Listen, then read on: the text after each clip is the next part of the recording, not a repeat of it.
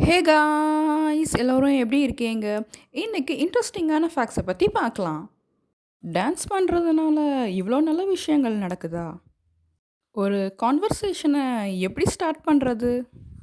JK rolling தன்னோட first புக்கை எந்த வயசில் எழுதினாரு? கிரேப் ஃப்ரூட்டுக்கு ஏன் கிரேப் ஃப்ரூட்டுன்னு பேர் வந்ததுன்னு உங்களுக்கு தெரியுமா? செரஃபோபியா அப்படின்னா என்ன? இந்த மாதிரி இன்ட்ரெஸ்டிங்கான எக்ஸைட்டிங்கான ஃபேக்ட்ஸை பற்றி தெரிஞ்சுக்கணுமா? மறக்காம வீடியோவை லைக் பண்ணிவிட்டு ஸ்கிப் பண்ணாமல் பாருங்கள்.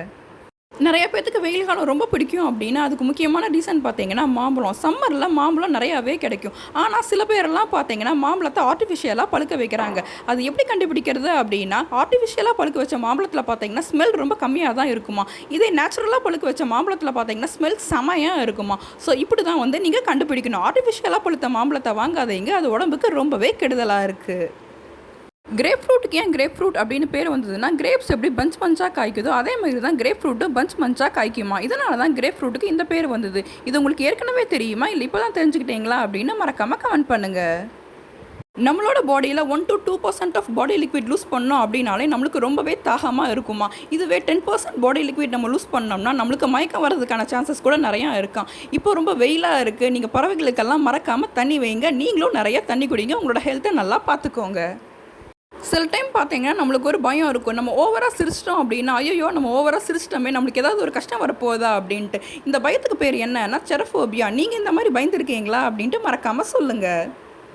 ஃப்ரான்ஸ் வந்துட்டு ரொம்பவே ஒரு வினோதமான கண்ட்ரி. ஏன் அப்படின்னா, ஃப்ரான்ஸில் ஒரு இறந்து போன பர்சனை மேரி பண்ணுறது ரொம்பவே லீகலாக. கேட்கவே ரொம்ப வியர்டாக இருக்குல்ல.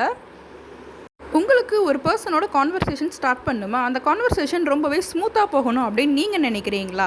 அப்படின்னா நீங்கள் கான்வர்சேஷன் தொடங்குறதுக்கு முன்னாடியே ஒரு ஸ்மைல் பண்ணிவிட்டு தொடங்குங்க. கான்வர்சேஷன் ஃபுல்லாக சிரிச்சுட்டே பேசுங்க. கண்டிப்பாக அந்த கான்வர்சேஷன் ரொம்பவே ஸ்மூத்தாக போகும்.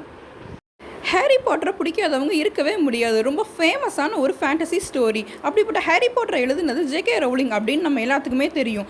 அவர் பார்த்தீங்கன்னா தன்னோட 6 வயசுலேயே அவரோட ஃபர்ஸ்ட் புக்கை எழுத ஆரம்பித்தாராம். அவரோட ஃபர்ஸ்ட் புக்கு பேர் என்னென்னா ரேபிட். ஒரு ரேபிட்டை பற்றின கதை. நீங்கள் ரொம்ப ஸ்ட்ரெஸ்டாக டிப்ரெஸ்டாக ஃபீல் பண்ணுறீங்களா? அப்போ கண்டிப்பாக உங்களுக்கு பிடிச்ச பாட்டை போட்டுட்டு நல்லா டான்ஸ் ஆடுங்க. ஏன் அப்படின்னா, டான்ஸ் மாதிரி ஒரு ஸ்ட்ரெஸ் பஸ்டர் எதுவுமே கிடையாதான். ஸோ ஜாலியாக டான்ஸ் ஆடுங்க, உங்கள் ஸ்ட்ரெஸ் எல்லாம் குறையும்.